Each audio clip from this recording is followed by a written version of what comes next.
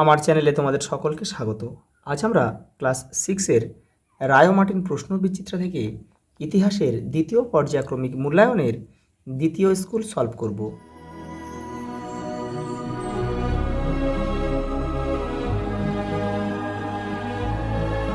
দেখো, বৈদিক সমাজে পরিবারের প্রধান ছিলেন বাবা। মেগালিথ বলা হয় পাথরের সমাধিকে। ঋগ্বেদের রাজা ছিলেন, এটা হবে অপশান এ, হবে গোষ্ঠীর প্রধান। মহাজনপদগুলি গড়ে উঠেছিল খ্রিস্টপূর্ব 6ষ্ঠ শতকে।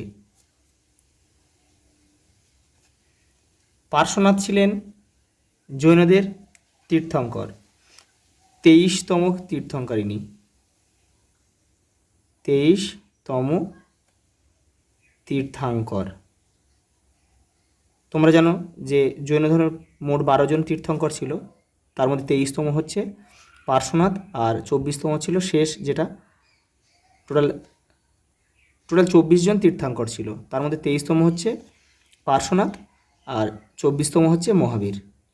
এটা কিন্তু একটা শেষ তীর্থাঙ্কর, এটা তোমরা মনে রাখবে একটু। দেখো, আর্য সত্য কোন ধর্মের অংশ? আর্য সত্য হবে তোমাদের বৌদ্ধ ধর্মের অংশ। গৌতম বুদ্ধ জন্মেছিলেন শাক্য বংশে, নেপালের কপিলাবস্তুতে। দক্ষিণ ভারতের মহাজনপদের সংখ্যা ছিল একটি, নামটা হচ্ছে অসমক। এটা কিন্তু তোমরা একটু লিখে রাখবে। দেখো, শকাব্দ গণনা শুরু হয়েছিল 78 খ্রিস্টাব্দে। কে করেছিল? কনিষ্ক।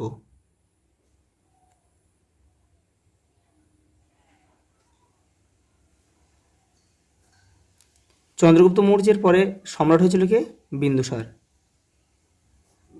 তার ছেলে আর কি, বিন্দুসার আর কি শাসক হয়েছিল। পরে প্রশ্ন দেখো, এক কথা উত্তর দাও, বেদ কয় প্রকার ও কী কী? বেদ 4 প্রকার। ঋক, সাম, যজু, অথর্ব।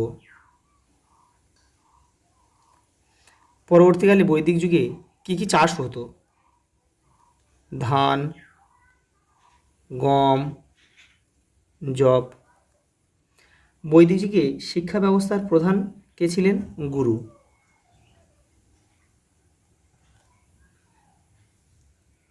পরেটা দেখো, বলি কি? দেখো, তোমাদের বই 53 নম্বর পেজে রয়েছে এটা। দেখো, এই যে দেখো 53 নম্বর পেজ কী রয়েছে দেখো।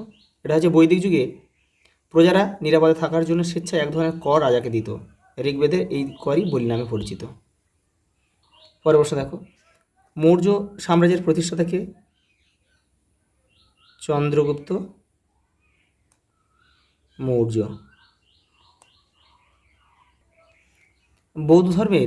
বৌদ্ধদের প্রধান ধর্মগ্রন্থের নাম কি? ত্রিপিটক। এটা কিন্তু পালি ভাষায় লেখা। ত্রিপিটক মানে 3টে পিটক ছিল কিন্তু, বিনয় পিটক, সূত্র পিটক আর অভিধম্ম পিটক। মহাবীর কত বছর জৈন ধর্ম প্রচার করেন? 30 বছর।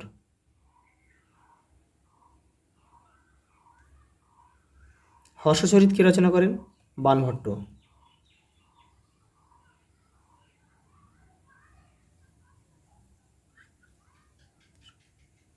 ইন্ডিকা কার লেখা? মেগাস্থিনিস।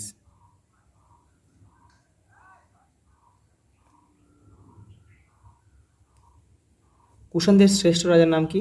কনিষ্ক।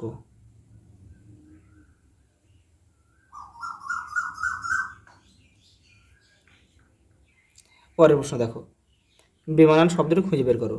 এখানে তামা, সোনা, রূপো, বেদ, এখানে কিন্তু বেদটা বাদ যাবে। এগুলো এক ধরনের ধাতু, বেদটা একটা গ্রন্থ। ঠিক না ভুল লেখো। আদি বৈদিক যুগের ইতিহাস জানার প্রধান উপাদান হচ্ছে ঋগ্বেদ। এটা কিন্তু ঠিক। পরের প্রশ্ন দেখো, ঠিক না ভুল লেখো। বৌদ্ধ ধর্ম প্রচারের ভাষা ছিল সংস্কৃত। এটা কিন্তু ভুল, এটা সংস্কৃত হবে না, এটা ভুল, এটা হবে পালি।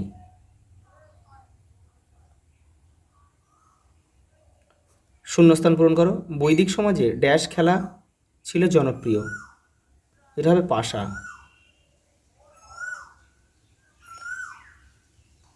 দেখো শূন্যস্থান পূরণ করো। আর সাম্রাজ্য টিকিয়ে রাখতে মৌর্যদের কিসের দরকার ছিল?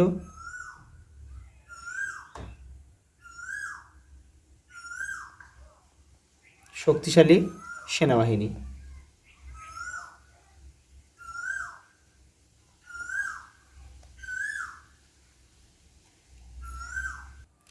পরের প্রশ্ন দেখো, স্তম্ভ দিয়েছে দেখো, মগধের রাজধানী ছিল রাজগৃহ। মহাকাশ্যপ প্রথম বৌদ্ধ সঙ্গীতি। দ্বাদশাঙ্গ জৈন ধর্ম, আর হীনযান মহাযান বৌদ্ধ ধর্ম। দেখো বেদের অপনাম শ্রুতি কেন? তোমার বইয়ের 57 নম্বর পেজ দেখো। এ দেখো, বৈদিক সাহিত্য মূলত শুনে শুনে মনে রাখতে হতো, তাই বেদের আরেক নাম শ্রুতি। পরের প্রশ্ন দেখো, চতুরাশ্রম কাকে বলে? 56 নম্বর পেজ দেখো। এই যে এখান থেকে তোমাদের পুরোটা লিখবে কিন্তু এটা।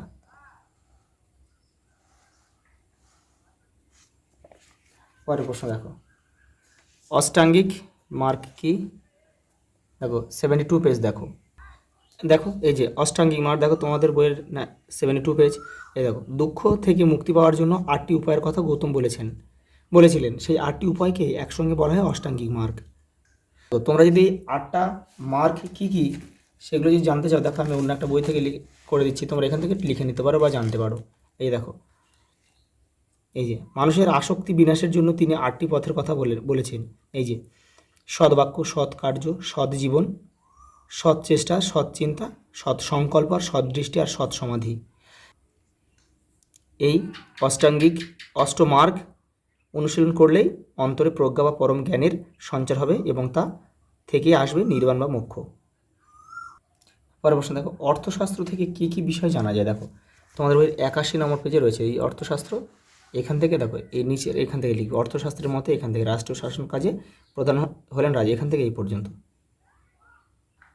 পরের প্রশ্ন দেখো, টিকা লেখো ষোড়শ মহাজনপদ। দেখো 65 নম্বর পেজে রয়েছে। দেখো এই যে এখান থেকে তোমাদের লিখতে হবে, এই পর্যন্ত লিখবে, মান 3 থাকলে একটু বড় করে লিখবে।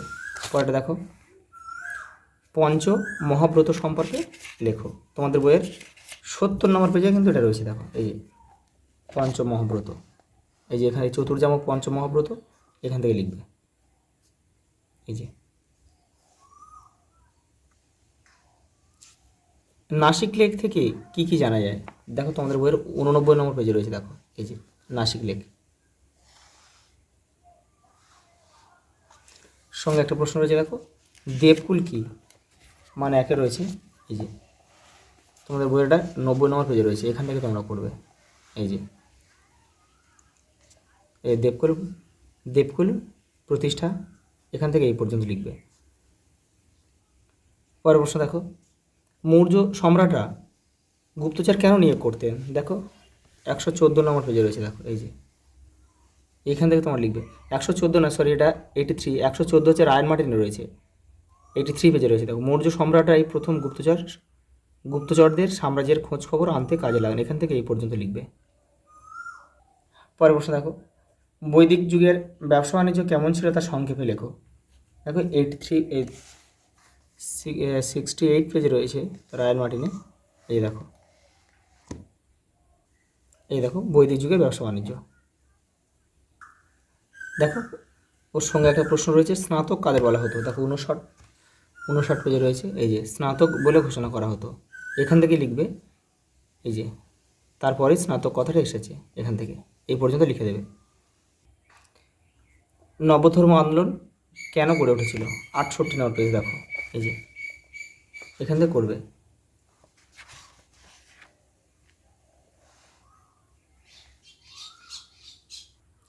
পরের প্রশ্ন দেখো, সমুদ্রগুপ্তের যুদ্ধ জয় সম্পর্কে লেখো। 91 পেজে দেখো। এই যে এখান থেকে করবে। এই যে পরবর্তী শাসক সমুদ্রগুপ্তের আমলে, এখান থেকে এই পর্যন্ত করবে। এই যে এই করজ রাজ্য পর্যন্ত। লাস্ট প্রশ্ন দেখো, অশোকের ধর্ম সম্পর্কে যা জানা লেখো। 85 পেজ দেখো। এই যে আজ এই পর্যন্ত, দেখা হবে পরের ভিডিওতে।